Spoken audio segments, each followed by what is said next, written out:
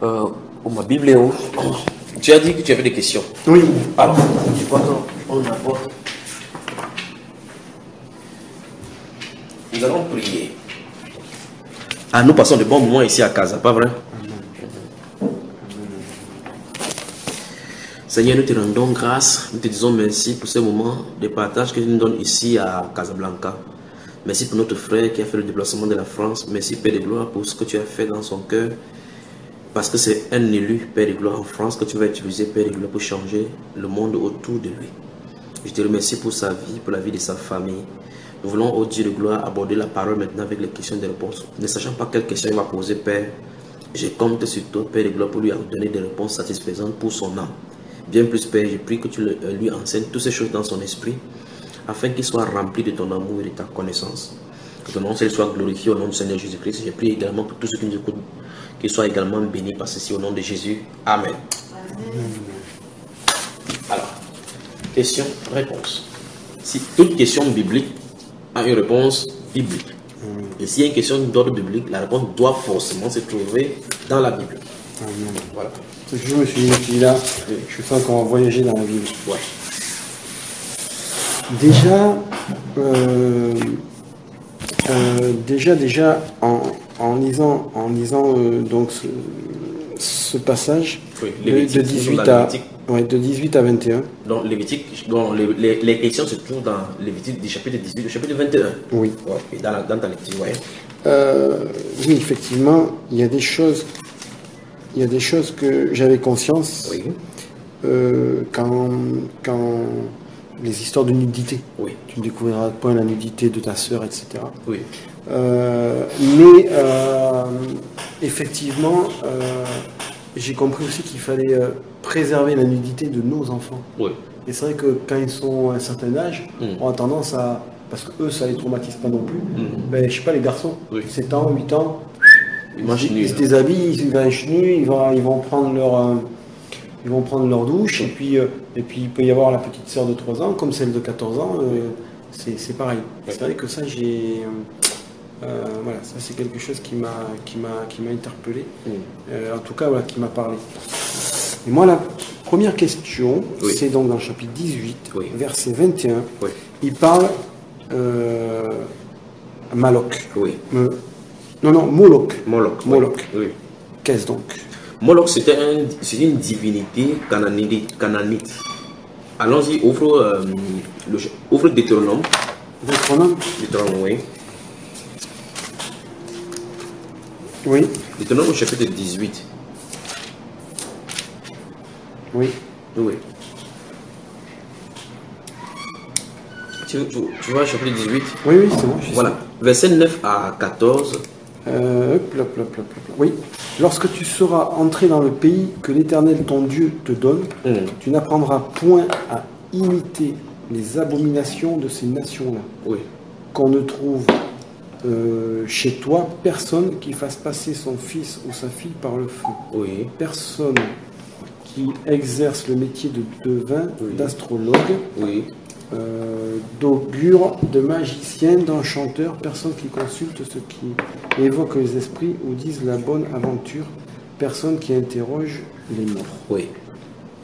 Voilà. Donc, Dieu dit dès le départ que quand tu seras entré dans le pays, que je vous donne, que n'essayez pas d'imiter les pratiques de ces nations-là. Qu'on ne trouve personne chez toi qui fait telle ou telle chose, il dit qu'il fasse passer son fils ou sa fille par le feu. Et on livrait comme ça à Moloch comme sacrifice. On va lire donc deux passages dans la Bible, toujours dans l'Ancien Testament. Ouvre le livre des 2 Rois, chapitre 17. Et puis après on va lire 1 Samuel aussi. 2 Rois, chapitre 17.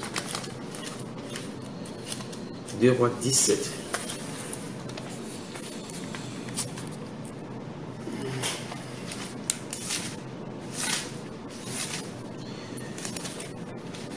Chapitre 17. Oui. Le verset 17 et 18.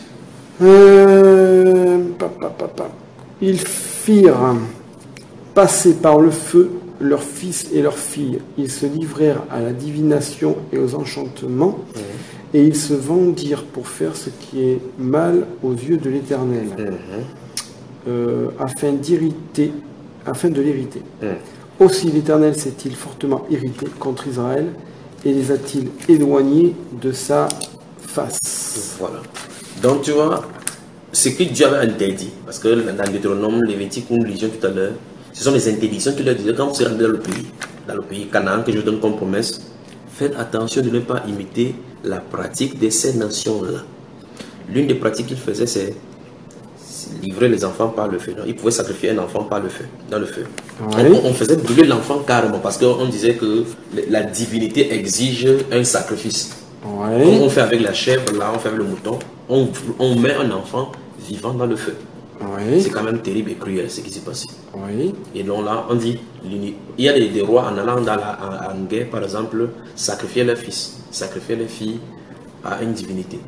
On coupe le cou, d'autres on les fait passer dans le feu, comme ça on les brûlait, pour pouvoir avoir la victoire dans la guerre. C'est terrible. Et donc Moloch, c'est quoi? Moloch, c'est le nom de cette divinité. Comme le dieu, on l'appelle le dieu Moloch. C'est pour ça que Moloch, c'est une divinité. Et cette divinité, pour l'honorer, on sacrifiait. C'était ça. C'était ça, exactement.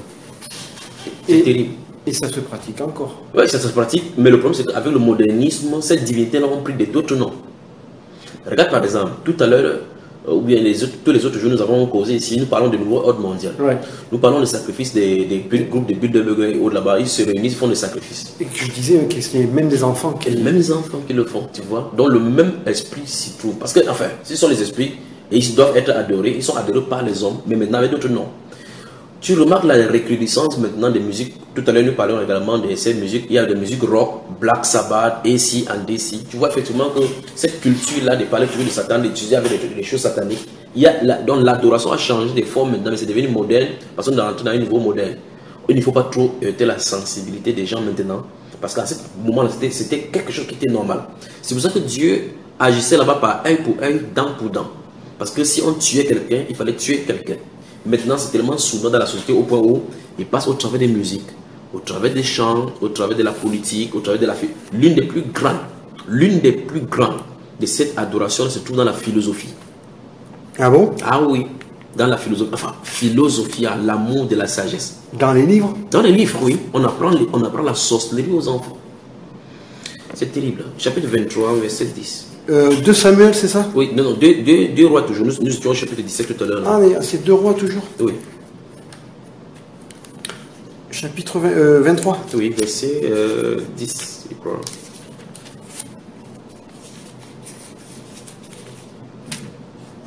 Oui. Oui. Verset 10 et 11.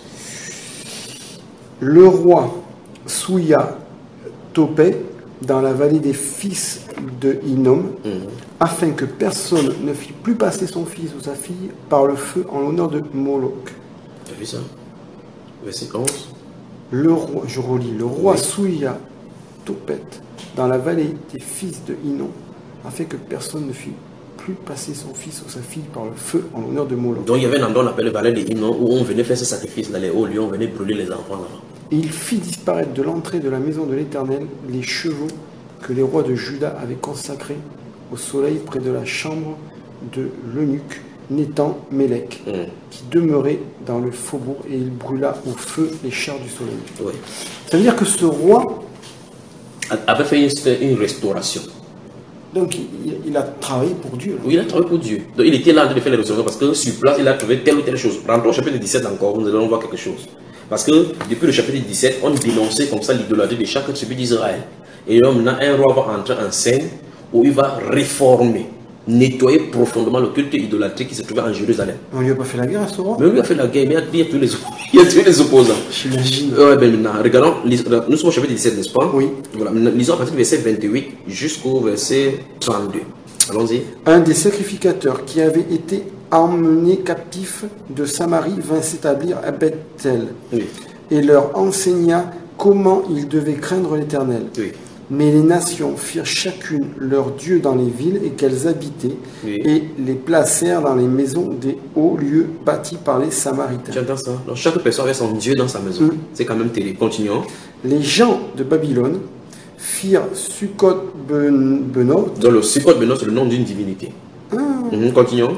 Les gens de Kut firent Nergal. Voilà un autre nom de divinité. Les gens de Hamath firent Ashima. Voilà un autre nom. Ceux des Dava firent Nibshaz. Voilà un autre nom. Et Tartak, ceux de Sepharvaim. Oui. Brûler leurs enfants par le feu en l'honneur d'Adramelech. Oui. Et d'Anamelech, Oui. dieu de Sepharvaim. Donc il y a au moins 7 noms de façon claire ici donnée qu'on a désigné que les gens sacrifient.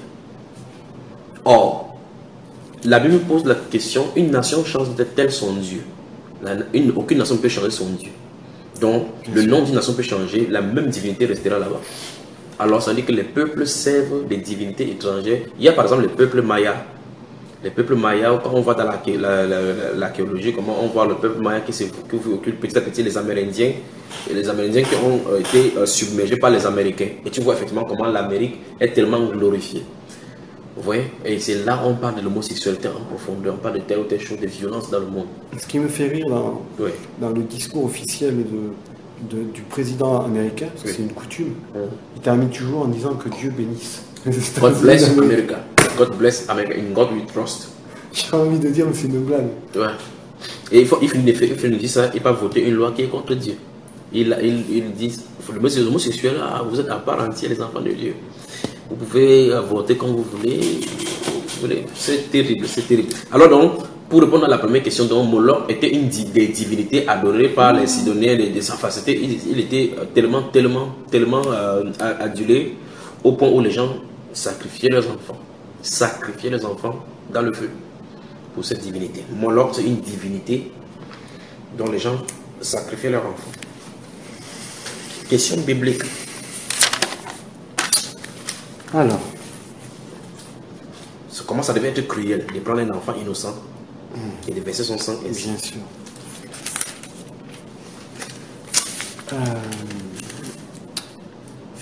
Alors après c'était dans le verset Lévitique, dans le verset 19. Oui. J'ai de 5 à 6. Oui. Donc il y a Lévitique chapitre 19, verset 5 à 6, c'est ça? Quand vous offrirez à l'Éternel un sacrifice d'action de grâce, vous l'offrirez de manière à ce qu'il soit agréé. Oui. La victime sera mangée le jour où vous la sacrifierez ou le lendemain. Ce qui restera jusqu'au 3e jour sera brûlé au feu. Oui. Et là je me suis dit waouh. Je me suis dit mais c'est quoi? C'est un sacrifice pour Dieu là? Oui. Ou c'est le mal qui intervient? Non, ça c'est le sacrifice justement pour Dieu. Mais on parle quand même de... On ne dit pas si c'est un animal ou un Non, c'est un animal dont les questions parce que initialement d'abord, ils donnent d'abord les différents styles de sacrifice qu'on doit offrir. Ils disent la victime. Alors la victime, pour moi c'est plus un être humain. Là il faut rentrer derrière pour regarder là où il parle de ces choses-là. Regardons au chapitre 16. Alors au chapitre 16. Oui. Oui. Prenons verset 6 et suivant. Alors, Aaron offrira son taureau expiatoire et il fera l'expiation pour lui et pour sa maison. Verset 7. Et prendra les 2 bouts et il les placera devant l'Éternel à l'entrée de la tente d'assignation. Oui, donc nous voyons qu'on parle de bouc ici. Et le fait de déverser le sang, même d'un animal, c'est pas grave. Non, en fait, ça, maintenant, si on le fait, c'est grave. Parce que sous l'Ancienne Alliance, Dieu faisait ça pour préfigurer la mort de Christ. Un innocent viendra plus tard et versera son sang pour le rachat.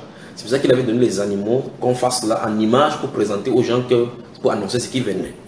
Christ est venu maintenant, il a versé son sang. Quand Jean-Baptiste le voit à l'issue de son baptême, il dit voici l'agneau de Dieu qui enlève le péché du monde.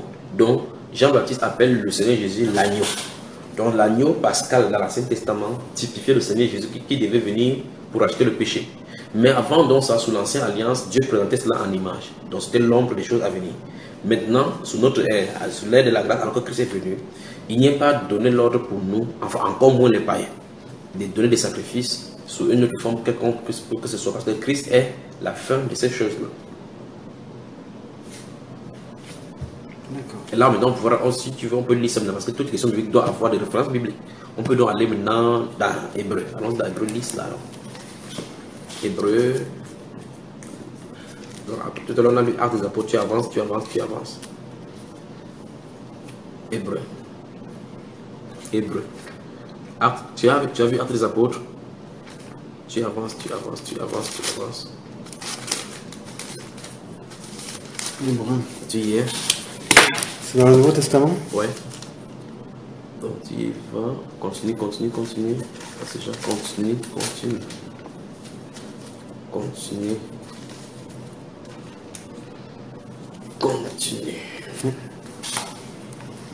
Voilà. On y va? Si c'est bon là. Hébreu, oui. Hébreu, prenons le chapitre 9. Oui. Voilà. Lisons à partir du verset 1 là. Ou bien, la première. Non, prenons. C'est beaucoup là. Bon, prenons à partir du verset 1. Verset 14. La première alliance. La première alliance avait aussi des ordonnances relatives au culte et le sanctuaire terrestre. Un tabernacle fut en effet construit.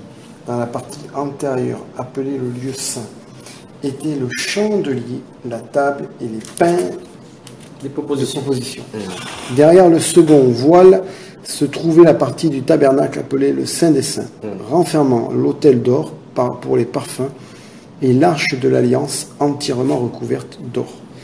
Il y avait dans l'arche un vase d'or contenant la manne, la verge d'Aaron qui avait fleuri et les tables de l'alliance. Au-dessus de l'arche étaient les chérubins de la gloire couvrant de leur ombre le propitiatoire. Ce n'est pas le moment de parler en détail là-dessus. Or, ces choses étaient ainsi disposées. Les sacrificateurs qui font le service entrent en tout temps dans la première partie du tabernacle. Et dans la seconde, le souverain sacrificateur seul entre une fois par an, non sans y porter du sang, qui offre pour lui-même et pour les péchés du peuple. Oui. Le Saint-Esprit montrait par là que le chemin du lieu très saint n'était pas encore ouvert, tant que le premier tabernacle subsistait. C'est une figure pour le temps actuel où l'on présente des offrandes et des sacrifices qui ne peuvent rendre parfait sans le rapport de la conscience. Sous le rapport de la conscience. Celui qui rend ce culte qui est avec les aliments, les boissons et les diverses ablutions étaient des ordonnances charnelles imposées seulement jusqu'à une époque de réformation. Donc, tu vois, on dit clairement que ces ablutions-là, ces façons de faire étaient imposées jusqu'à une époque de réformation. Donc Dieu avait en vue d'un changement certain à un moment donné. Maintenant, disons versets 11 à 14. Mais Christ est venu comme souverain sacrificateur des biens à venir. Il a traversé le tabernacle plus grand et plus parfait, qui n'est pas construit de main d'homme. C'est-à-dire qui n'est pas de cette création. Il est entré une fois pour toutes dans le lieu très saint, non avec le sang des boucs et des veaux, mais avec son propre sang, ayant obtenu une rédemption éternelle. Car si le sang des taureaux et des boucs et la cendre d'une vache répandue sur ceux qui sont souillés sanctifie et procure la pureté de la chair, combien plus le sang de Christ qui, par l'Esprit éternel, s'est offert lui-même sans tache à Dieu, purifiera-t-il votre conscience des œuvres mortes afin que vous serviez le Dieu vivant. C'est bon. Donc, nous voyons effectivement que les ordonnances charnelles de l'Ancienne Alliance étaient relatives à la sanctification et à la pureté de la chair, comme dit la BBC. Mais Christ est venu une fois pour toutes et il a versé son sang pour purifier notre conscience des œuvres mortes pour qu'on puisse servir Dieu dans un esprit nouveau. Amen. Donc, du coup, les victimes qui seront mangées, dans la partie où je me posais une question, c'est un animal. Ce sont des animaux, ce ne sont pas des êtres humains. Parce que Dieu ne peut pas interdire de donner un enfant quelque part à mort et ici, là, c'est juste lui-même l'enfant. Ça fait tellement bizarre d'utiliser le mot victime pour un animal. Oui. C'est pour ça. Donc Lévitique, toujours le chapitre 19, de 23 à 25. 23 à 25 du chapitre 19 des Lévitiques. Oui. Mais ça t'a donné du fil à retordre, cette lecture, non? Au début, oui. Au début, oui, puisque ça commence... c'est que des fois, c'est vous ne ferez point dans le pays d'Égypte. Vous avez, quand on part dans des phrases comme ça, que vous ne ferez point ça parce que ça, parce que ça. Il faut bien le relire. Oui. Quand quelqu'un comme moi, parce que n'ayant pas pour l'instant de vocabulaire spirituel, de connaissances spirituelles suffisantes de la parole, je me dis de quoi il parle là. Oui, il faut faire attention. Donc je reviens et tout. Et après, on se fait emporter des fois par tu ne découvriras point la nudité de ta sœur. Donc les premières phrases, on les lit bien, on fait attention, puis on comprend que oui, d'accord, il ne faut pas que je vois la femme du frère Junior nue, d'accord, sinon je vois ta nudité. Okay. Tout ça, et puis à un moment donné, on se fait prendre par le jeu en disant c'est bon, j'ai compris, pourquoi ça continue.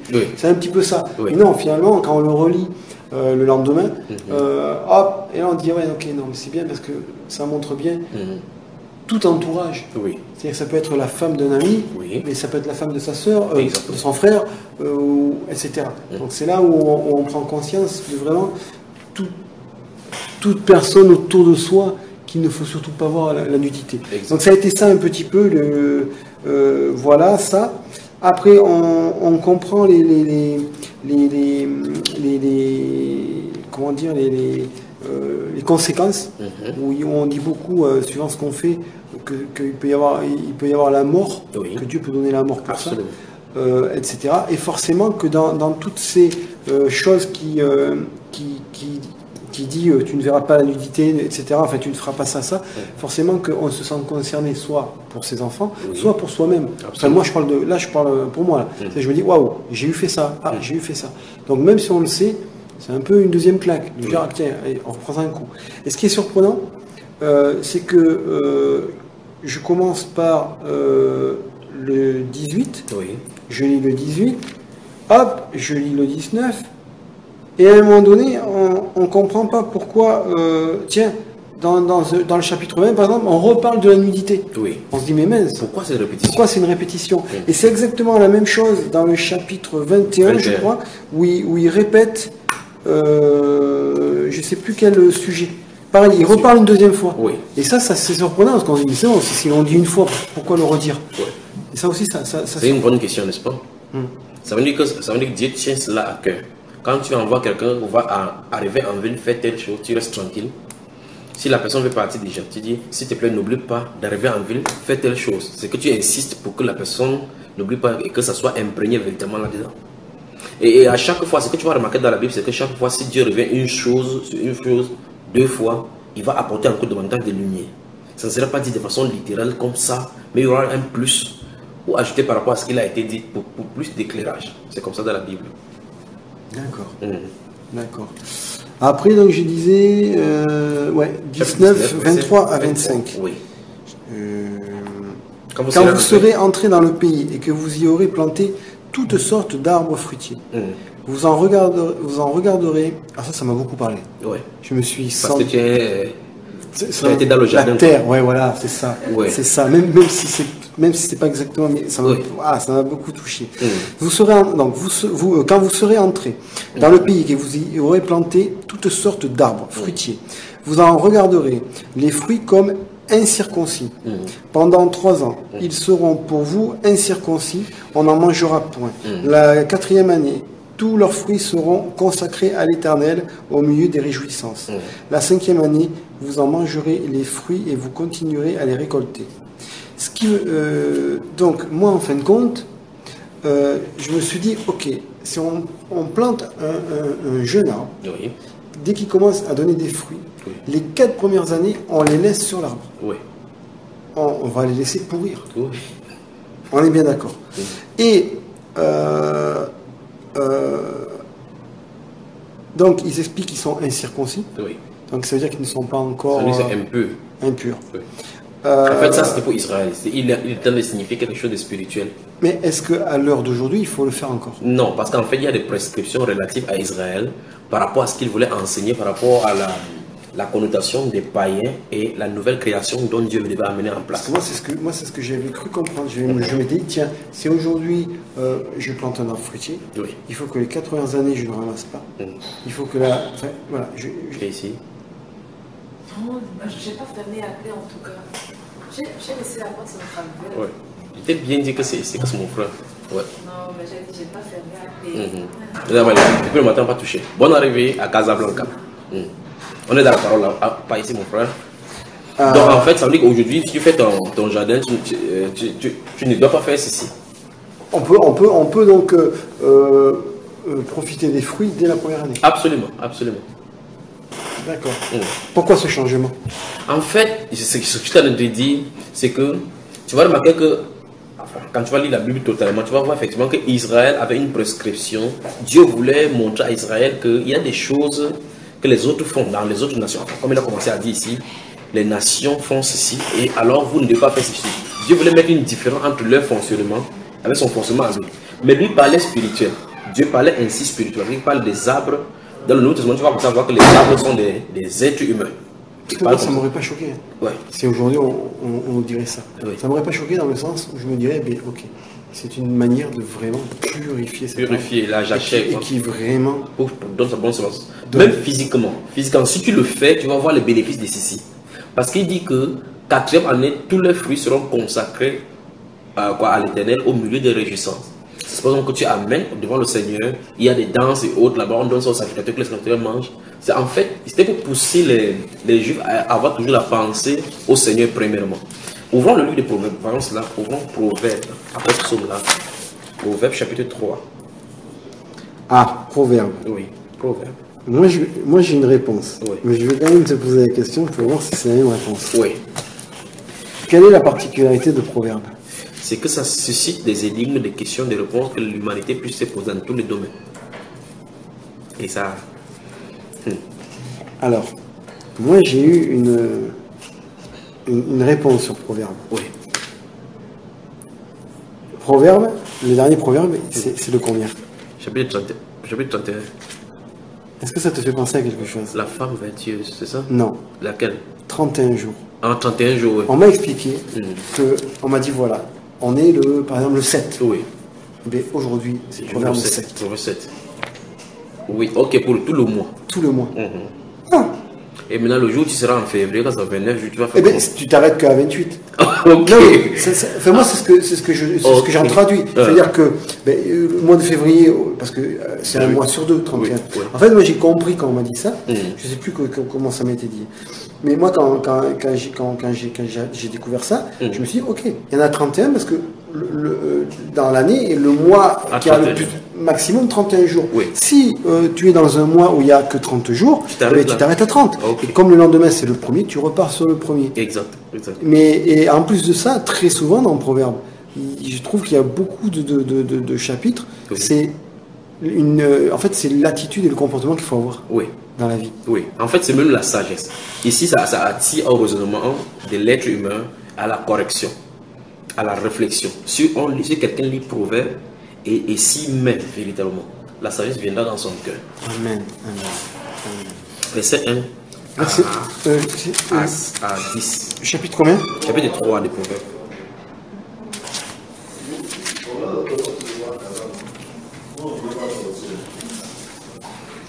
Proverbe chapitre 3, on est dans la séance de questions-réponses. Je crois que le frère... Tu vas encore sortir? Non. Ok, donc ça veut dire que tu vas nous aider aussi dans la question-réponse, aussi dans la deuxième partie. Mon fils, n'oublie pas mes enseignements et que ton cœur garde mes préceptes, car ils prolongeront les jours et les années de ta vie. Oui. Et ils augmenteront ta paix, que la bonté et la fidélité ne t'abandonnent pas. Oui. Lis-les à ton cou, écris-les sur la table de ton cœur, tu acquerras ainsi de la grâce et une raison saine. Aux yeux de Dieu et des hommes, confie-toi en l'Éternel de tout ton cœur. Oui. Je m'arrête à combien? Jusqu'au 10. Et ne t'appuie pas sur ta sagesse. Reconnais-le dans toutes tes voies, et il aplanira tes sentiers. Ne sois point sage à tes propres yeux. Crains l'Éternel et détourne-toi du mal. Ce sera la santé pour tes muscles et un rafraîchissement pour tes os. Honore l'Éternel avec tes biens et avec les prémices de tout ton revenu. Oui. Alors tes greniers seront remplis d'abondance et tes cuves regorgeront de mou. Voilà. Et j'ai une question. Ouais. On parle beaucoup dans la Bible du vin, parce que le mou, ça appartient au vin. Oui. Est-ce que c'est mauvais quelqu'un qui fait du vin? Non. Son métier, c'est de produire du vin. Puisque le premier métier même des premiers prophètes, lorsqu'il est sorti de l'Égypte, c'était le vin. C'est lui qui a été le premier à planter. Et c'est quoi qu'en France, dans la sud de la France, c'est l'une des cultures les plus en vue là-bas. Et Bordeaux aussi. Surtout vers chez nous. Oui. Surtout vers chez nous. Mais je préfère même pas te dire, même si je n'ai pas une grande connaissance dessus, le côté confrérie dans ces milieux. C'est terrible. C'est terrible. Surtout au niveau de Saint-Émilion, qui est l'un des vins le plus cher au monde. Et en fait, comment dire, Saint-Émilion, c'est à 30 minutes de Bordeaux, à direction l'est de la France. Et il y a encore quelqu'un là qui habite sur Libourne, c'est la deuxième ville plus grande après Bordeaux dans la région, et Libourne est collée à Saint-Émilion. Et donc cette personne habite là-bas et va à l'église là, et elle m'a dit, t'imagines même pas ce qu'ils peuvent faire dans les souterrains de ces villes. C'est vrai que oui, nous on n'en a pas conscience. Donc sur les chambres secrètes pour faire des choses. Pourquoi toujours le mauvais, malgré que la bénédiction que Dieu leur donne sur leur terrain, les vases. C'est énorme, c'est énorme. Pourquoi eux, ils ont une bénédiction énorme. Je pense que c'est déjà, je pense qu'il y a déjà un côté familial, le besoin de parce que le français, enfin en tout cas du moins, dans ma région. Tu vas à la campagne, je ne parle pas même pas forcément de campagne. Tu vas où que tu vas, je pense que c'est un peu en France partout pareil. Tu arrives dans un quartier, si ton voisin, ça fait 40 ans qu'il est là, voire même qu'il est né dans ce quartier, il va vite te le faire savoir. Du genre, pour qui tu te prends. Pour imposer sa loi, quoi. Et t'as beau, comme moi, être blanc, être de la région, il ne cherche même pas à le savoir. Il te fait vite comprendre. Il fait le maître là-bas. Voilà, il fait le maître là-bas, il essaie de faire le maître là-bas, alors, plus ça va, plus ça s'efface, parce que il y a de moins en moins de gens vraiment de leur quartier. Hein, voilà, ils ont vraiment plus d'étrangers entre guillemets, même si ça reste des Français, mais c'est incroyable. Oui. Et Bordeaux est vraiment, là je parlais de Saint-Émilion, Bordeaux reste aussi dans ce principe-là de confrérie et tout. Et il faut quand même reconnaître aussi que Bordeaux, c'est des vieux bâtiments comme Paris, des grands bâtiments en pierre, ancienne construction. Et en fin de compte, des fois, tu t'en aperçois pas si tu prêtes pas attention, mais en façade, gravé dans la pierre, tu as des têtes de lion.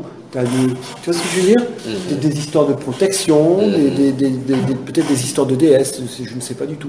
Mais voilà, il y a aussi beaucoup ça qui plane. Dans les superstitions, ils sont aussi imprégnés par rapport aux magies noires, à la magie noire et la magie blanche. C'est possible. Et je sais que Paris, en vue aérienne, quand tu traces, tu as un plan de Paris. Tu traces certains axes avec un marqueur, ça va te représenter les deux triangles. Oui, le pentagramme. Tu vois ce que je veux dire avec la franc-maçonnerie.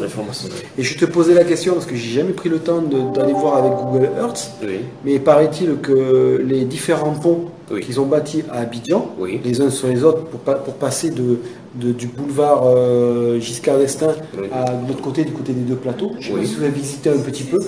Déjà, il y a beaucoup d'accidents sur ces ponts. Apparemment, du jour où ils ont ouvert les ponts, c'est des ponts qui ont été construits il y a 5 ans à peu près. Il y a beaucoup d'accidents de voitures. Beaucoup, comme si... l'inauguration. Et en fin de compte, paraît-il, donc j'aimerais bien, je n'ai jamais vérifié, paraît-il qu'en vue aérienne, ça représenterait un œil. Il faut qu'on regarde l'image satellitaire, justement, quand tu es à l'extérieur, à l'intérieur de là, sur le pont, là, justement, tu vois, tu as comme impression que ça soit les trucs. Alors, Lévitique chapitre 19. Lévitique chapitre 19, en pense. Question-réponse. Alors, à Casa.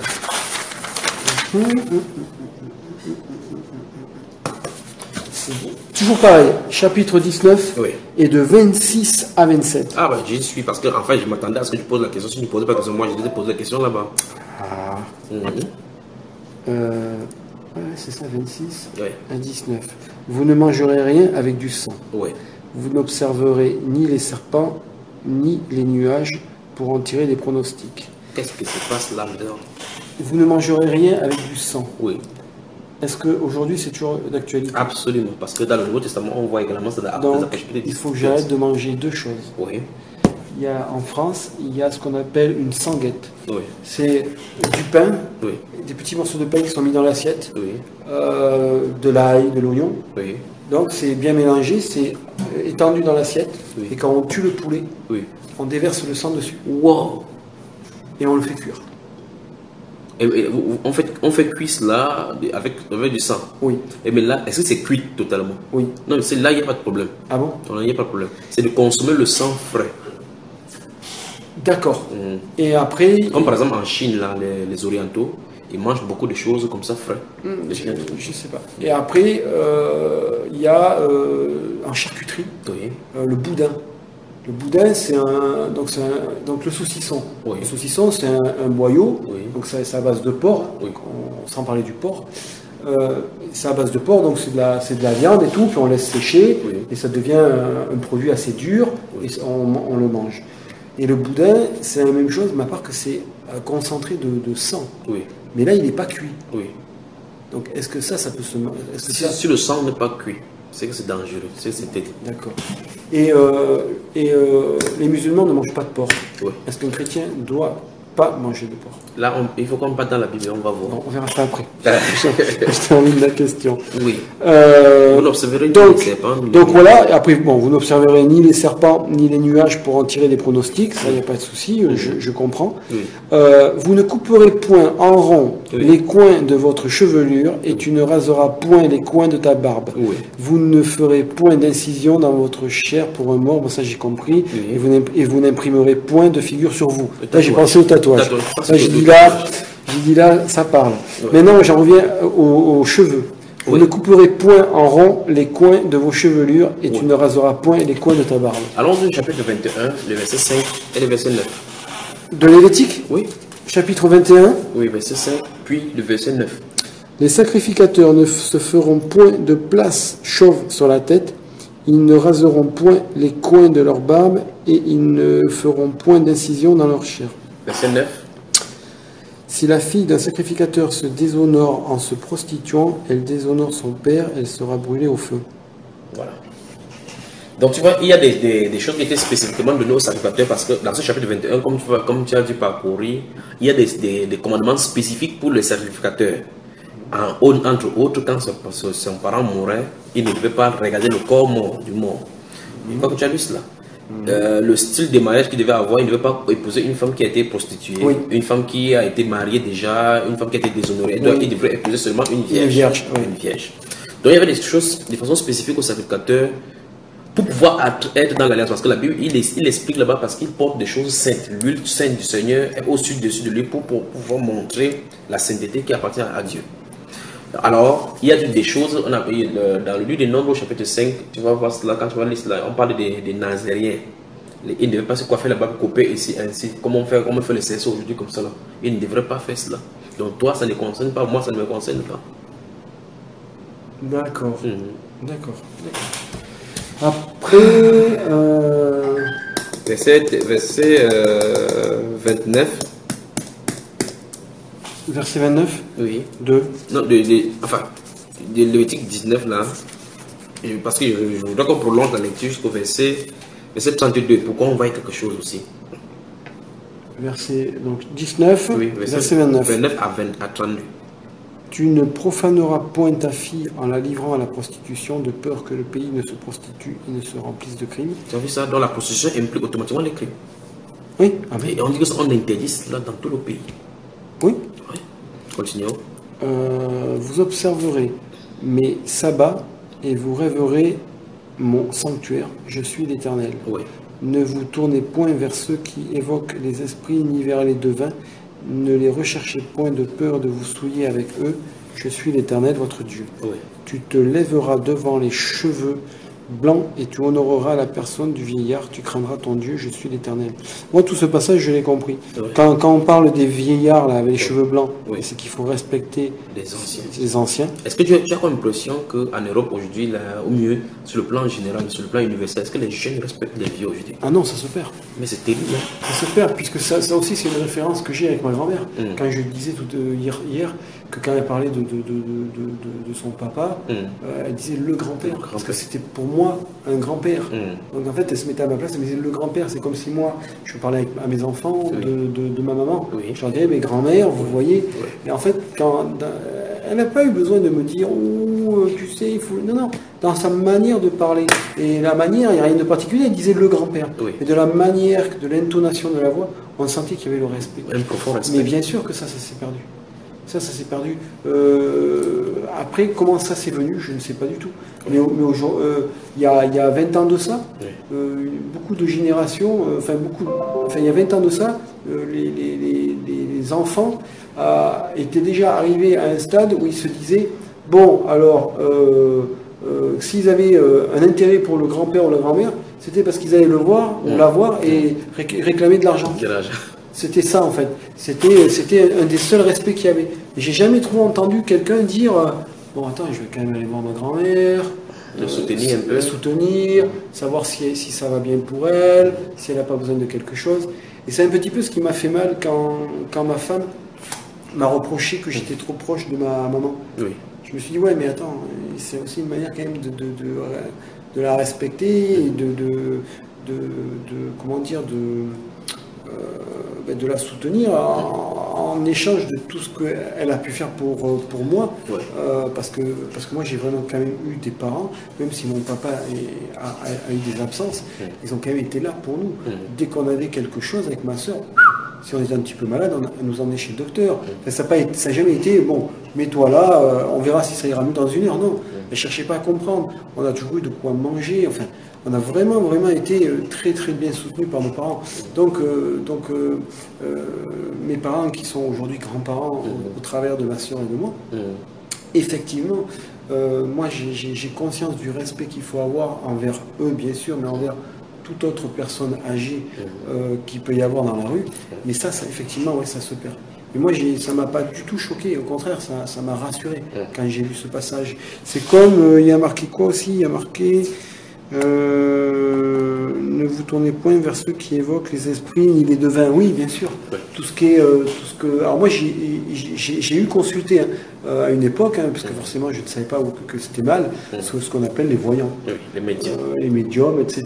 Donc il y en a qui travaillent de différentes manières. Il y en a qui vont travailler avec les cartes, il y en a qui vont travailler avec un pendule, il y en a qui vont travailler avec etc. Boule de cristal. On n'a pas du tout conscience de ça et j'ai déjà pratiqué en Côte d'Ivoire des sacrifices de chèvres, de trucs comme ça, faire brûler de la poudre. Donc j'ai quand même eu toutes ces pratiques qui aujourd'hui tant mieux, j'ai conscience que c'est pas bon. Mais oui, mais au moins involontairement, je sais de quoi je parle. Si jamais je viens à en discuter avec quelqu'un un jour, voilà, sans être fier, oui, au moins je sais de quoi il se retourne. Pourquoi ce que Dieu interdit, de façon littérale et claire, les gens veulent le pratiquer? Je ne comprends pas. S'ils ne connaissent pas la parole. Voilà. Parce que moi, quand j'allais voir un voyant, je ne connaissais pas la parole, je ne connaissais pas la Bible. Voilà. Donc, voilà. Et on a comme l'impression que ceux-là, comme ils travaillent avec les esprits, forcément c'est Dieu. Et moi, la seule chose que j'ai eue comme éducation quand j'étais enfant, j'ai fait le catéchisme. Et le catéchisme, déjà, je ne me rappelle pas du tout ce qu'on m'a raconté, parce que j'ai plutôt subi ces moments-là. Oui. J'y allais parce qu'il fallait y aller. C'était la dictature. Si on peut dire ça comme ça. Comment dire et puis finalement, oui, on ne parle pas de tout ça. La seule chose qu'on va éventuellement aborder, on va dire à un enfant, oui, tu sais, les bonbons, il ne faut pas en abuser. Enfin, mais bon, c'est bonbons. Ça n'a rien à voir. Et là, je vais poser une question à un Européen. Là, lorsqu'on dit ici dans ce verset 32, tu te lèveras devant les cheveux blancs et tu honoreras la personne du vieillard. Lorsqu'on croise ce verset, le passage, et tu honoreras la personne du vieillard. Lorsqu'on croise ça avec la maison de retraite, est-ce que ça semble être... est-ce que ça semble résonner positivement dans les oreilles de Dieu? Est-ce que la maison de retraite allait déposer un être qui t'est cher, qui t'a fait grandir aujourd'hui, parce qu'on ne veut pas le papier, le vieux, il dérange, il délivre, maison de retraite? Est-ce que c'est honorer la personne du vieillard? Maintenant que tu poses la question, oui, effectivement, oui. Mais je m'étais jamais, ça c'est quelque chose que j'avais jamais pensé. La seule chose qui m'a gêné, c'est que moi, toujours pareil, au travers de ce que moi j'ai vécu, la preuve, ma grand-mère a vécu chez nous. Alors, elle a vécu chez nous parce que voilà, elle était seule. Oui. Et je veux dire, par là, ma maman continue à s'occuper d'elle. Oui. Je veux dire, c'est de coutume. Qui est-ce qui irait s'occuper de ma maman entre ma soeur et moi? Je ne sais pas du tout. Et c'était aussi un projet que j'avais, d'habiter la maison que je voulais habiter. Oui. Parce que je m'étais dit, les terrains qu'il y a autour, parce que la maison est à 100 mètres de la route. Oui. Donc c'est magnifique, je veux dire. Oui. C'est magnifique. Enfin, pour moi, c'est magnifique. De pouvoir, on est sur la route, on rentre dans sa maison. Alors, je sais qu'il ne faut pas non plus vivre pour sa maison. Oui. Parce que le plus important, c'est Dieu. Oui. J'ai conscience que ça peut être un péché. Et c'est magnifique de faire 100 mètres avant d'arriver. Et donc, il y a des terrains. Je m'étais dit, au pire, je peux construire une maison de plein pied déjà, pas à étage. Oui. Parce que quand on devient vieux, monter les étages. Voilà, c'est pas facile. Oui. Ce qui est le cas actuellement. Et je dis, au moins, comme ça, elle peut être proche de nous. Oui. Et on peut garder un œil. Et puis, pourquoi garder cette grande maison qu'elle a? Oui. Parce qu'actuellement, ma maman vit donc toujours avec ma grand-mère, mais c'est une maison où il y a 4 chambres. Oui. En fait c'est une maison qui fait 300 mètres carrés. Oui. Ce qui est énorme pour deux personnes. Ouais. Voilà. Donc, c'est ce que j'avais aussi. Mais si je disais ça à l'époque à ma femme, alors là, elle m'aurait insulté. Maintenant, vous avez décidé de faire de la Bible votre socle, vous êtes obligé de marcher comme la Bible le dit. Maintenant, on comprend que la maison de retraite n'est pas, non pas Dieu. Alors, dans le livre de 1 Timothée maintenant, avant de revenir dans ces... 1 Timothée. Oui, 1 Timothée au chapitre 5.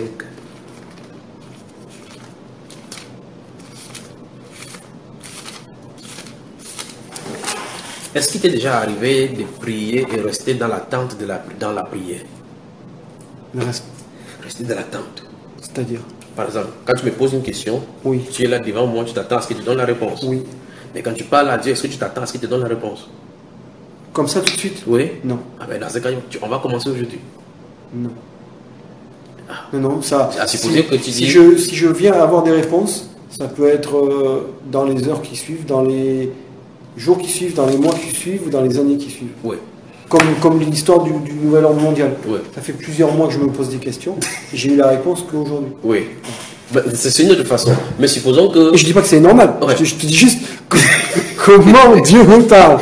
Mais supposons par exemple que comme tu étais à Bordeaux, tu tiens de prier pour demander au Seigneur s'il faut venir rencontrer Junior à Casablanca. Eh bien là, tu vas attendre combien d'années pour savoir s'il faut que je vienne? Mais là, je ne me suis pas posé la question. Ah, tu es parti. J'y suis allé parce que voilà, oui, parce qu'au fond de moi, je me suis dit, j'ai pas eu de doute, voilà. J'ai pas eu de... Donc il y avait la paix intérieure. Oui, voilà, dans un certain sens, oui. Ouais. Maintenant, je suis en train de parler maintenant de la situation de communication où tu communiques avec Dieu, tu t'attends à ce qu'il te parle. On va expérimenter les choses ici à Casablanca. Non, jamais. Tu as parlé, tu as dit que quelqu'un t'a posé la question, est-ce qu'il t'a visité? Tu t'es visité? Comment? Visiter comment? Il a sonné à la porte? Ou bien par téléphone, quoi. Mais il faut faire attention quand... Et moi je dis, il faut faire attention quand on est dans la parole de Dieu et quand on dit à des fidèles des choses comme ça. Le fidèle, lui... Il peut être traumatisé. Oui, il peut être traumatisé. Moi, là, on s'est retrouvé à Bordeaux. Oui. Enfin, Sébastien Pailly s'est retrouvé est venu à Bordeaux, donc on l'a su, du coup on a demandé à ce qu'on puisse le rencontrer, et finalement on s'est retrouvé comme aujourd'hui là, chez Francis, on s'est retrouvé chez une femme c'était pour elle qui venait. Et sans le savoir, c'est comme avec Francis aujourd'hui, cette femme connaissait l'église où on était. Et elle me dit, cette église, oui, j'ai eu un entretien avec le prophète. enfin, et tout ça pour dire que finalement, il y a, il y a des choses qui, pareil, je me suis pas posé la question. Voilà. Est-ce qu'on va voir Sébastien, Dieu, est-ce que tu vois, je vois. En fait, c'est voilà, des fois, c'est automatique. C'est automatique. Ouais. Verset, lisons à partir du verset 1 jusqu'au verset. J'ai perdu la page. 1 Timothée, chapitre 5. Ah. Oui. Tu as trouvé, chapitre 5. Oui. Tu es dans Thessaloniciens, là, avance toujours, avance. Wow. 1 Timothée, chapitre 5. Wow. Lisons à partir du verset 1 jusqu'au verset 9.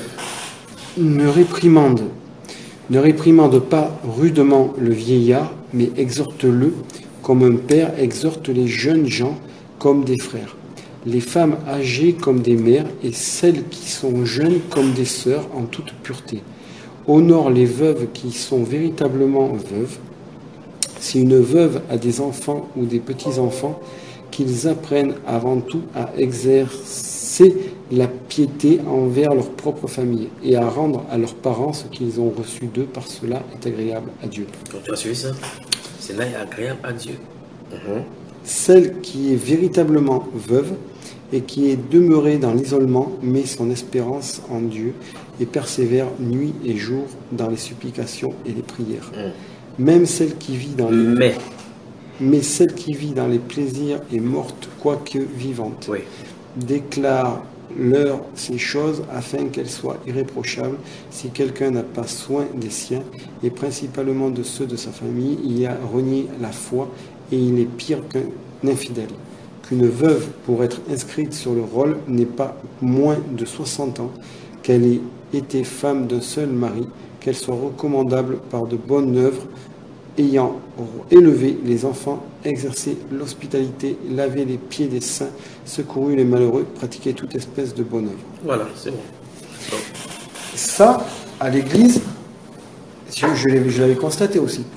Il y avait une dame qui venait, mais âgée, cheveux blancs, enfin vraiment, parce que ça aussi. On parlait des coupes de cheveux, etc. Mais beaucoup de femmes n'assument pas leurs cheveux blancs. Se teintent les cheveux. Se teintent les cheveux pour fuir la vieillesse. Pour fuir la vieillesse. C'est terrible, c'est un péché ça. Alors que la génération de ma grand-mère n'a jamais, me semble, fui. En tout cas, aujourd'hui, elle le fuit pas. Ma maman le fuit. C'est-à-dire que mais pour elle, c'est normal. Pour elle, c'est la cul. Voilà, ça se fait pour toute femme. Donc oui, ça aussi. Pourtant, les cheveux blancs sont des courants. Donc, dans cette église, une femme qui avait vraiment les cheveux blancs. Combien de personnes ne prêtaient pas attention à elle?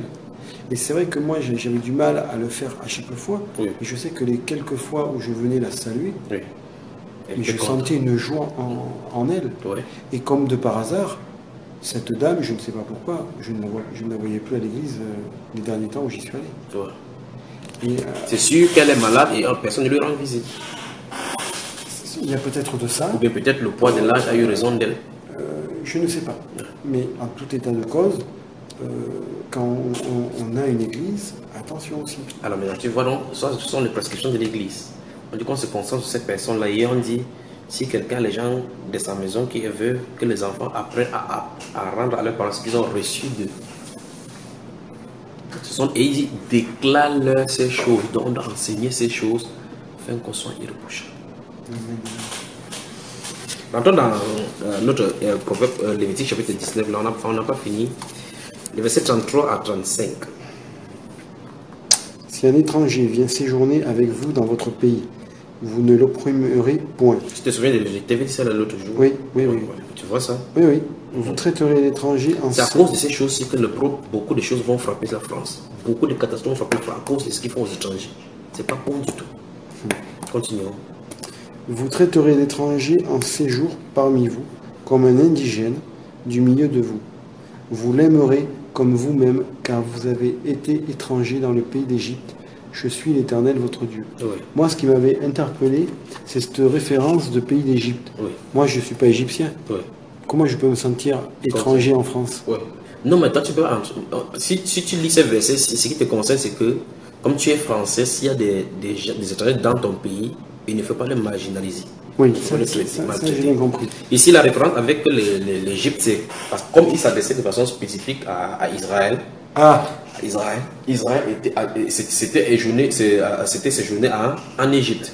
Et c'est pour ça qu'il dit, vous êtes séjourné en Égypte. C'est comme si on s'adresserait à Francis en disant, n'oublie pas que tu es Camerounais. Voilà. Donc, d'accord. Okay. Exactement. Mais tu es fort, hein, tu peux être un grand pasteur. Oui, verset 35 enfin. Vous ne commettrez point d'iniquité, ni dans les jugements, ni dans les mesures de dimension, ni dans les poids, ni dans les mesures de capacité. Voilà. Donc Dieu entre dans tous les détails de notre vie au point où il n'aime pas l'injustice. Donc chaque fois en réalité, en tant que chrétien dans notre marche, chaque acte que nous posons, nous devons nous poser la question si Dieu agresse là. Dans chaque détail. Imagine par exemple quelqu'un qui est un boulanger ou bien ceux qui vendent la viande là, comment on les appelle là? Les bouchers. Les bouchers font ils essaient de piper la balance. Quand ils te mettent quelque chose là devant, tu vois 1 kg, alors c'est pas 1 kg. Quand il fait ça, regarde le verset 36 dit quoi? Vous aurez des balances justes, des poids justes, des épphas justes et des injustes. Voilà.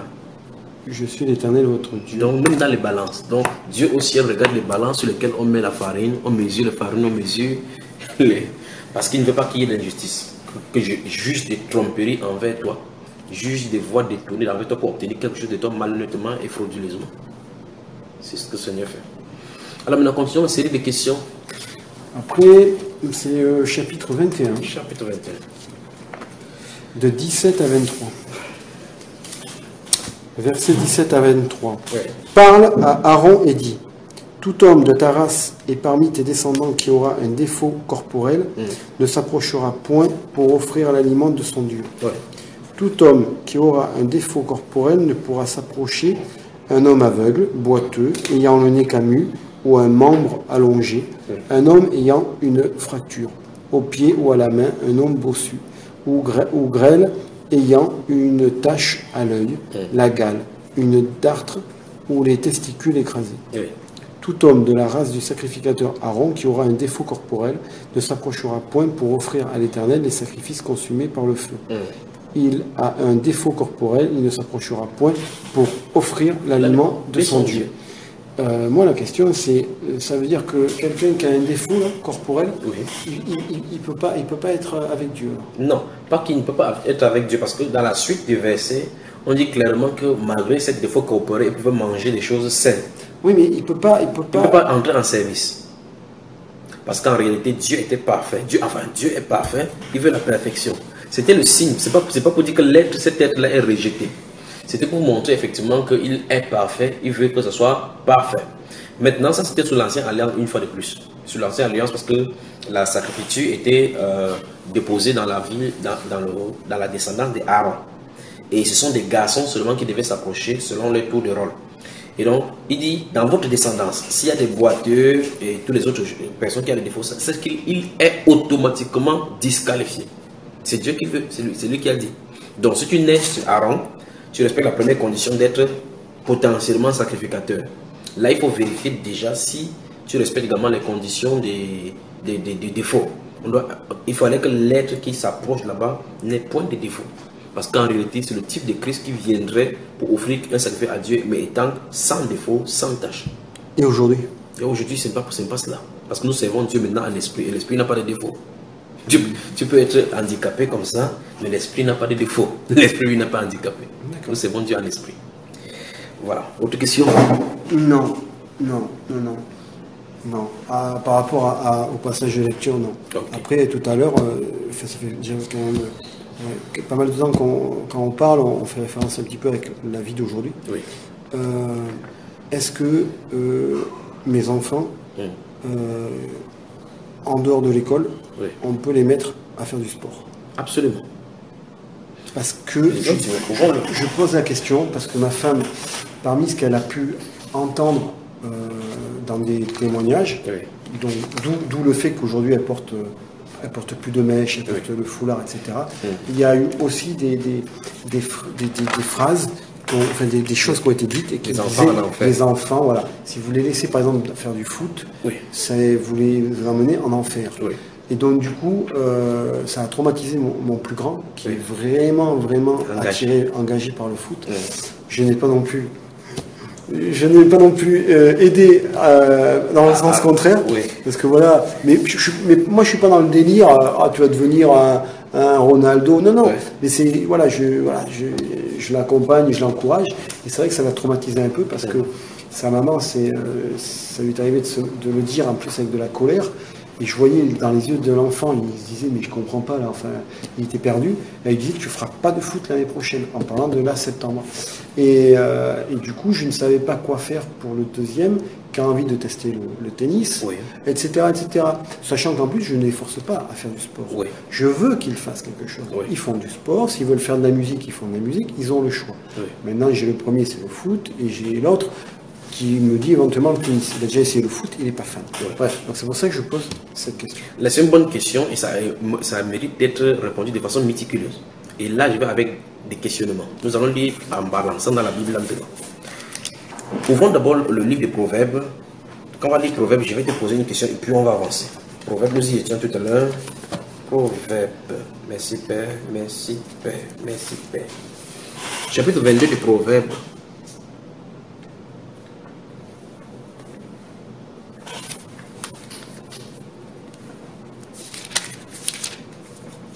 Chapitre 22 des Proverbes. Verset 6 déjà. Instruis l'enfant selon la voie qu'il doit suivre, et quand il sera vieux, il ne s'en détournera pas. Voilà. Verset 15.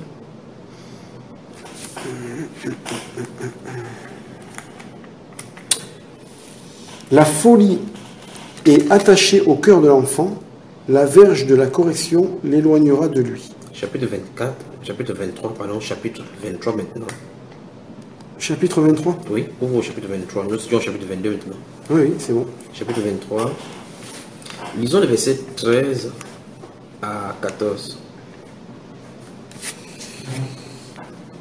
N'épargne pas la correction à l'enfant. Si tu le frappes de la verge, il ne mourra point.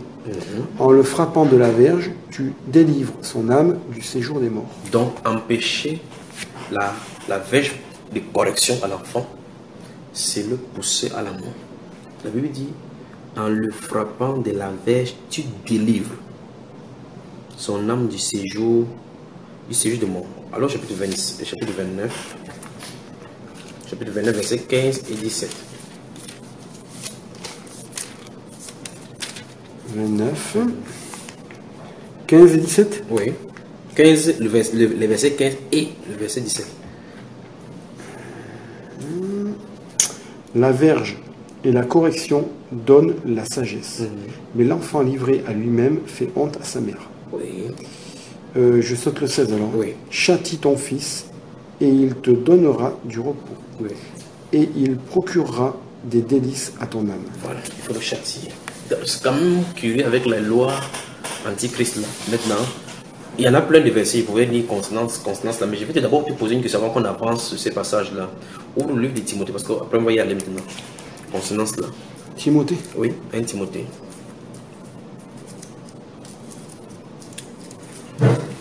Maintenant, 1 Timothée, tout à l'heure nous y étions, nous avons lu le problème des enfants avec les parents couronnés là. Voilà, tu as ouvert, n'est-ce pas? Oui. Je viens de donner tout à l'heure, maintenant, causons maintenant.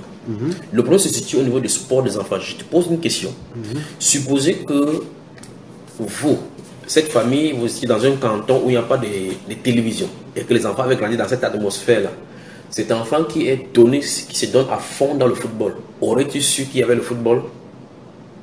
Je ne sais pas si tu as suivi ma question. Non. Si toi et ton épouse, vous habitiez dans un village retiré de la France, où il n'y a pas de télévision, ces choses de nouvelles autres, de la technologie moderne, Internet, et que l'enfant n'était pas exposé à cette culture de sport, ou de Champions League ou autre, est-ce qu'il aurait eu ce désir de jouer au football? Je ne sais pas. Est-ce que c'est possible que tu aimes le verre sans l'avoir vu? Oui, c'est possible.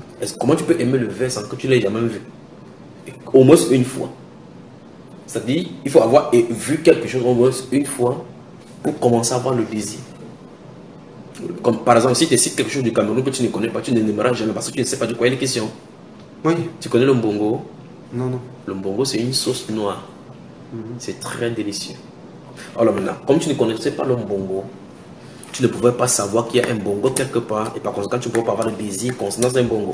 Mais maintenant, lorsque je te dis le mbongo, et supposons que je présente l'image, tu vas dire, ah, et tu vois les gens en train de manger, ça va pousser à la curiosité et développer à l'intérieur par rapport à ce que tu as vu et ce que tu as entendu. Je vais dire ceci. La Bible nous a dit dans Proverbe chapitre 22, verset 6, que instruire l'enfant selon la voie qu'il doit suivre. Et quand il sera grand, il ne s'en détournera pas. Le cœur de l'enfant, l'esprit de l'enfant, l'intellect de l'enfant sont des disques durs vierges dès le bas âge. Et donc là, quand c'est vierge, avec les circuits de son corps, le mouvement et l'énergie qu'il a, désire mettre en exécution ces mouvements-là. La société se charge donc de lui inculquer des choses à l'intérieur de l'enfant si tu ne lui inculques pas les bonnes notions.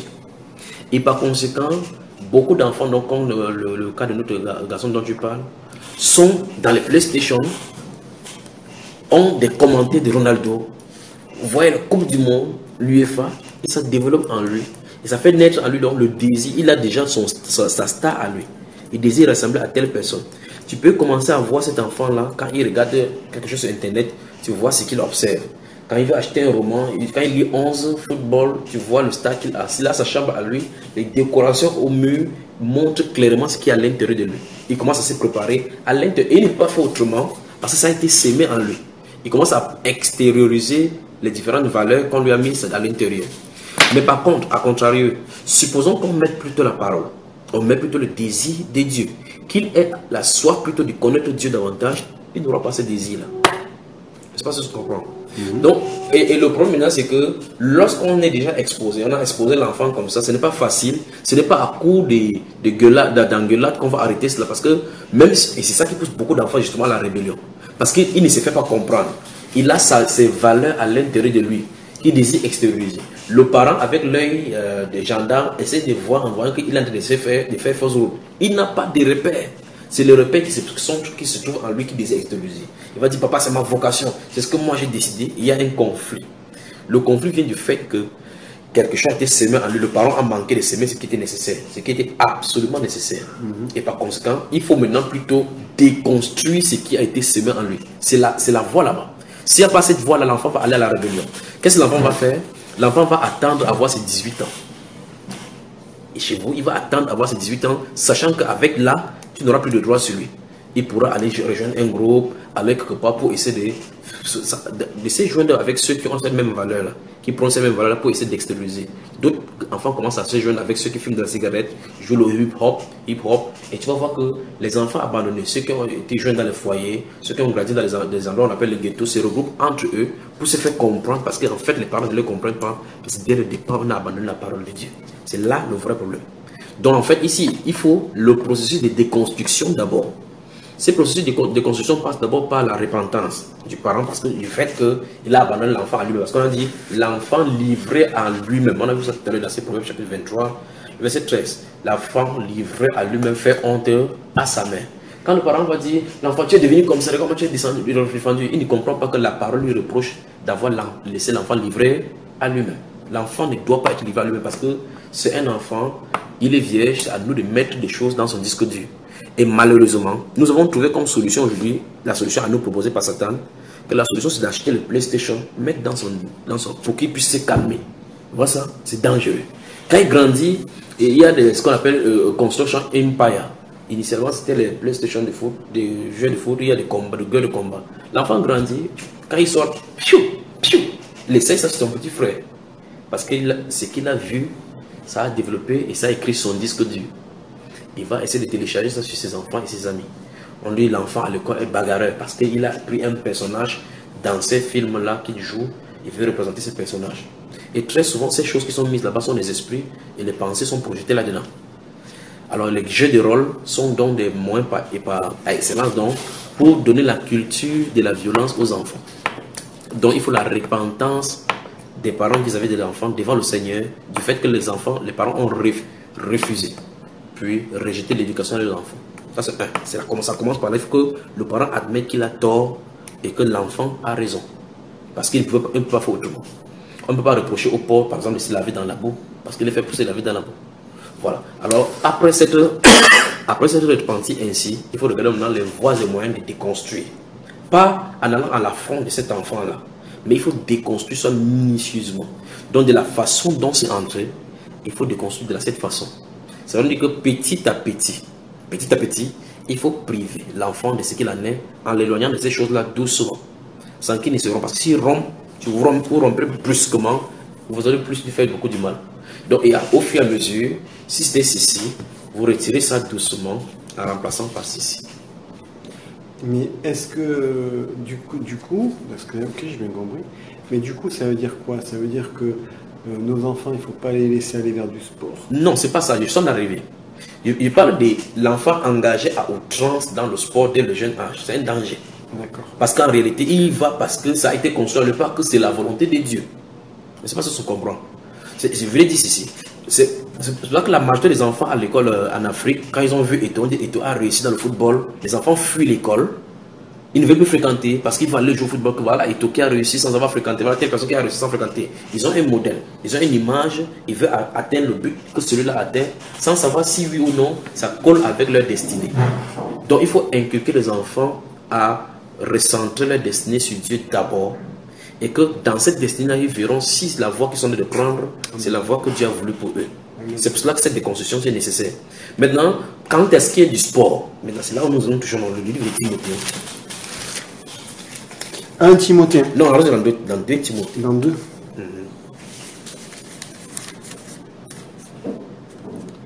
Timothée, chapitre 2.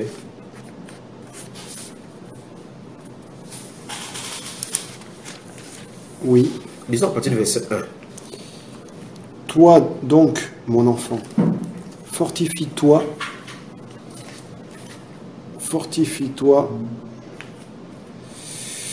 dans la grâce qui est en Jésus-Christ. Est-ce que tu as entendu de moi en présence de beaucoup de témoins?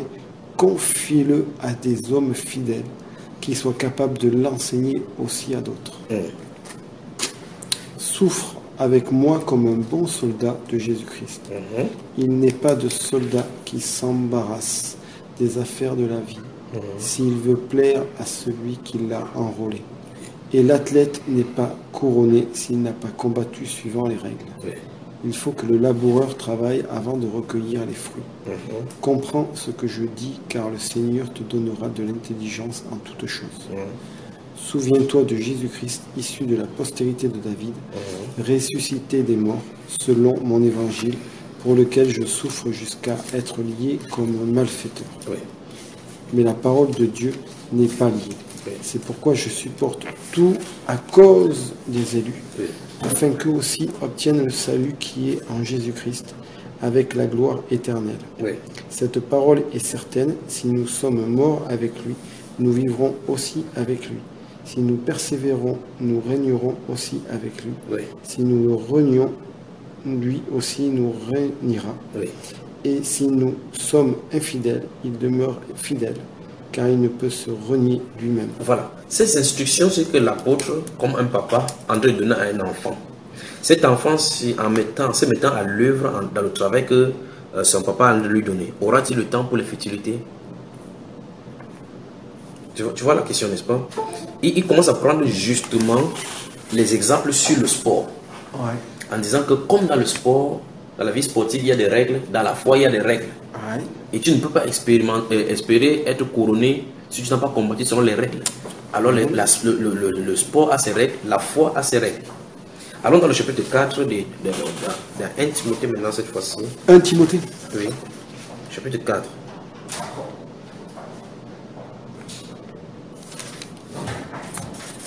Oui.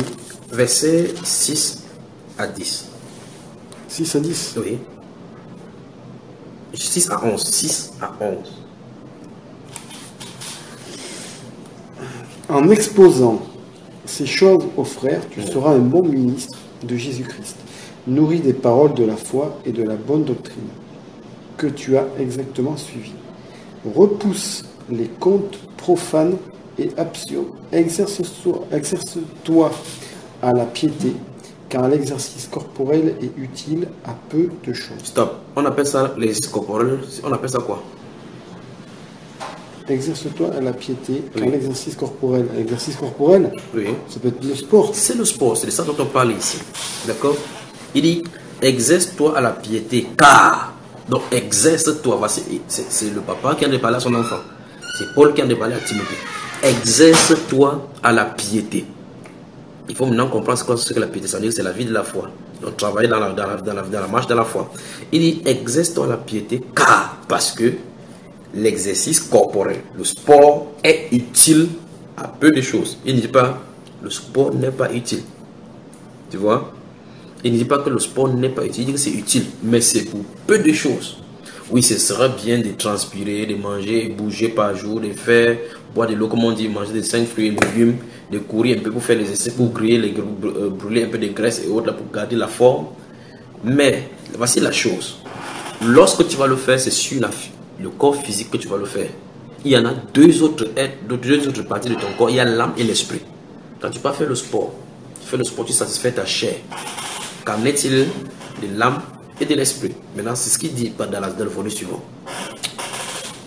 Retenez encore le verset 8. Maintenant, reprenons encore le verset 8. Exerce-toi à la piété, car l'exercice corporel est utile à peu de choses, tandis que la piété est utile à tout, ayant la promesse de la vie présente et de celle qui est à venir. C'est là une parole certaine et entièrement digne d'être reçue. Nous travaillons en effet et nous combattons parce que nous mettons notre espérance dans le Dieu vivant qui est le sauveur de tous les hommes, principalement des croyants. Puis verset 11, il dit, déclare ces choses et enseigne-les. Donc on doit les enseigner. Il dit, déclare ces choses, enseigne-les. Une fois de plus, il a dit, et donc, je dois dire aux gens que oui, vous faites le sport, c'est bien. Mais il faut plutôt faire ce qui te donne de bonnes choses et dans cette vie et dans la vie finale. Parce que quand tu auras la couronne ici, tu vas jouer comme nous parlions de Michael Schumacher, nous parlons de Neymar, nous parlons de Cristiano Ronaldo. Après, ça va gagner tous ces trophées. Ça, c'est sur la terre. Que reste-t-il? Tu vois cela? Et répondant à cette question-là, allons dans 1 Corinthiens chapitre 9.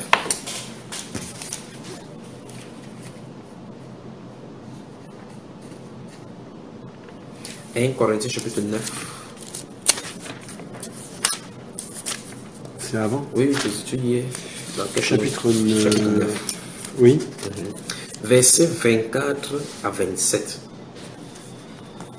Écoute très attentivement le conseil que la Bible va donner. Oui. Ne savez-vous pas que ceux qui courent dans le stade courent tous, mais qu'un seul remporte le prix? Courez de manière à le remporter. Une fois de plus, il a pris le geste dans l'exemple dans le sport. Il dit dans les Jeux olympiques, quand on court tous mais pour un trophée. Et au finish, c'est une seule personne qui remportera le trophée. Et donc maintenant, il veut dire, quand vous êtes dans la foi, lancez-vous dans la foi avec la pensée que s'il y a un trophée, que ce soit vous qui le remportez. Il dit courez de manière à le remporter. Continuons. 25. Tous ceux qui combattent s'imposent toute espèce d'abstinence. Et ils le font pour obtenir une couronne corruptible, mais nous faisons-le pour une couronne incorruptible. Je crois qu'on voit clairement ici la foi et le sport. Donc chaque fois il oppose ici la foi et le sport. Il dit que la foi est bonne. Le sport est bon parce que au final ils ont le couronne. Comme Michael Phelps, comme le coureur jamaïcain, il va gagner sur tous les 100 mètres, tous les vitesses, il va gagner. Mais au finish, la couronne là ne doit rien lui donner de bon. Parce que tu vas aller chez lui, il va mettre dans son armoire, dans les caisses, il va mettre tout ce qu'on fait. Il y a pas, c'est de la gloire là, ça s'arrête là. S'il a du cancer là, cette couronne ne fera absolument rien. Nous voyons Pelé aujourd'hui, qui est le ministre au Brésil, qui fut renommé dans le temps dans le football. Et qui a été comparé à Dieu. À Dieu. Enfin, qui a été appelé Dieu. Qui a été un Dieu. Oui. Le Dieu du football. Maradona, ainsi de suite. Nous voyons tous ces icônes-là. C'est bien pour la terre. Mais il dit ici, tous ceux qui font ces choses-là s'abstiennent. Ils ont beaucoup d'abstinence. Mais nous, abstenons-nous. Parce qu'ils le font pour une couronne. J'ai suivi une interview de Michael Phelps, celui qui c'est Philippe Phelps, celui qui nage là. Oui. Il a dit il a fait 365 jours sans manger, sans toucher des femmes, sans boire de l'alcool, d'entraînement chaque jour, 24 heures. Non, je sais pas. Ouais, alors je vais te mettre la vidéo tout à l'heure. Tu vas voir. Wow. Tu vas suivre ce qu'il a dit, la natation. Et quand il vient faire la compétition. Quand je suis ça, le verset s'est revenu. Alors il s'abstient des distractions. Il s'abstient d'aller au cinéma. Il s'abstient d'aller faire des choses. Après, parce que oui. personne est parfait, on va dire, dans ceux qui peuvent parler. Oui. Mais on prend Cristiano Ronaldo, beaucoup le critiquent. Oui. Beaucoup vont dire, ah, il est comme ça, ce qui est vrai. Hein. Oui. Mais lui, là, oui. il est comme ça au boulot. Oui. Il est pas comme ça. Oui. Il est comme ça. Il fait ce qu'il a à faire. Il fait ce qu'il a à faire. Il y en a même qui reconnaissent, qui disent, oui, c'est vrai, c'est le premier à arriver, c'est le dernier à repartir. Il arrive chez lui, il s'est fait construire une piscine, il fait des longueurs. Oui. C'est vrai qu'il faut s'entraîner. Il faut s'entraîner. Et c'est vrai qu'à côté, tu peux avoir des footballeurs, ils vont te dire peut-être, ah ouais. Ma maman est malade, il faut que je rende visite. Non, même, ils vont te dire, oui, c'est vrai que j'ai jamais été, ça jamais, enfin, on va dire, lui, c'est pas un grand joueur. Mais est-ce que c'est un grand sportif, entre guillemets? Est-ce qu'il a... Non, parce qu'il y en a, ils pensent qu'ils peuvent donc être au niveau d'un... Sans faire ce qu'il a fait. Sans faire ce qu'il fait. Donc c'est vrai que oui, mais ce que je ne savais pas du tout que Phelps avait fait autant de... Attends, dans le moment des détentes, je vais mettre la vidéo là, tu vas suivre. Quand je t'aime de suivre, ça j'ai dit, ah. Et puis ça me ramène, ceci dit, tu vois, quand les gens du monde veulent faire quelque chose pour eux, ils le font à fond. Après, l'histoire de l'exemple de dire il arrive le premier, il repart le dernier, oui. On peut le prendre pour l'église. Oui. T'arrives à quelle heure? Voilà. Bah, je sais pas, moi le culte il est à 10h, j'arrive à 10h. Voilà. Ou putain, quand j'arrive, il n'y a pas de place pour m'asseoir. T'arrives à quelle heure? À 10h. Le culte il est à quoi? À 10h. Viens peut-être plus tôt, tu auras de quoi t'asseoir. Voilà. C'est vrai qu'on peut toujours amener ces choses-là. Et donc maintenant, nous voyons comment déjà, je crois que je suis en train de répondre à la question des prix. J'ai d'abord mis la nuance entre la responsabilité et l'ignorance que les parents ont en laissant les enfants être glanés de part et d'autre et absorbés par les désirs du monde, et que plus tard, ces désirs-là s'extériorisent, on croit que c'est la destinée de l'enfant. Il a mis cela en la lumière. Et maintenant, si nous rentrons dans la Bible, nous voyons effectivement que l'apôtre Paul dit les gens du monde travaillent dans le sport pour gagner quelque chose. Mais il ne dit pas que lançons-nous-y. Le conseil qu'il donne ici, ce n'est pas pourquoi c'est dans le sport.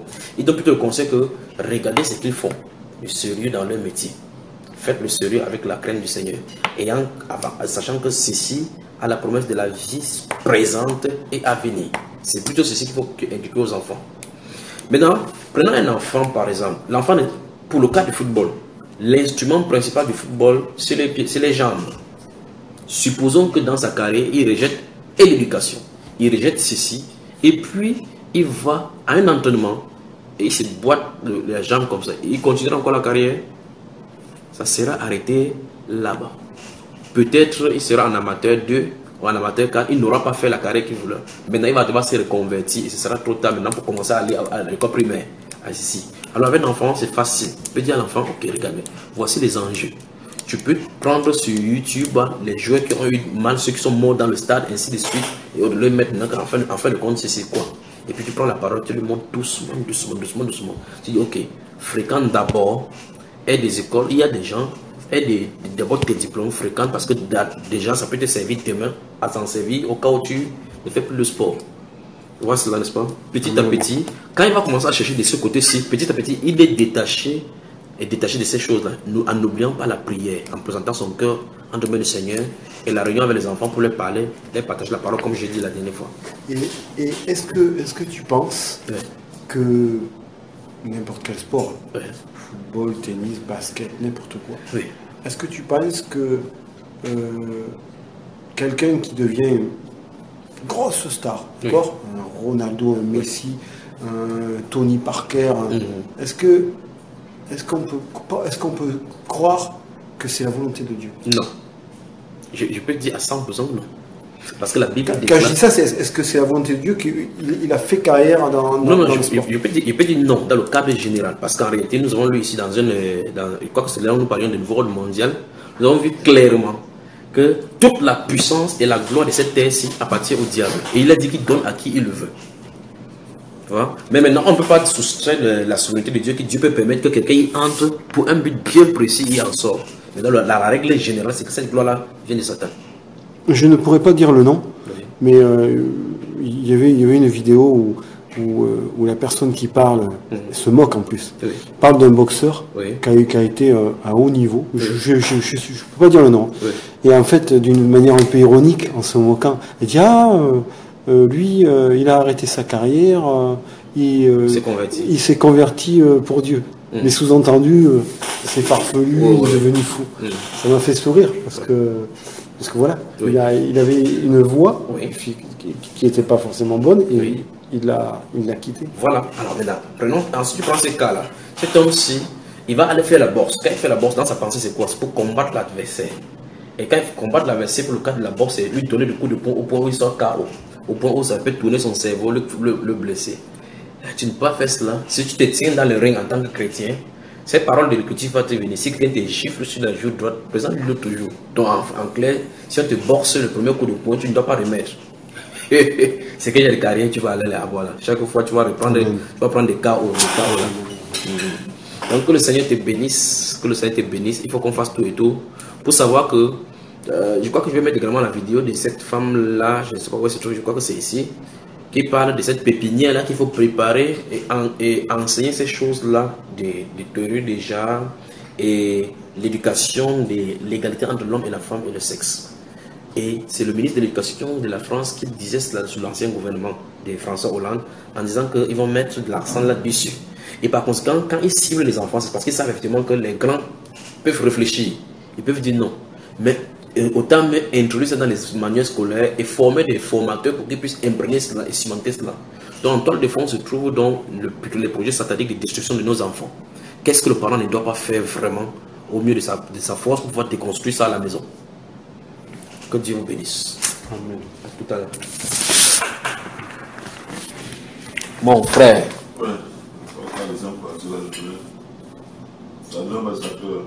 Quoi la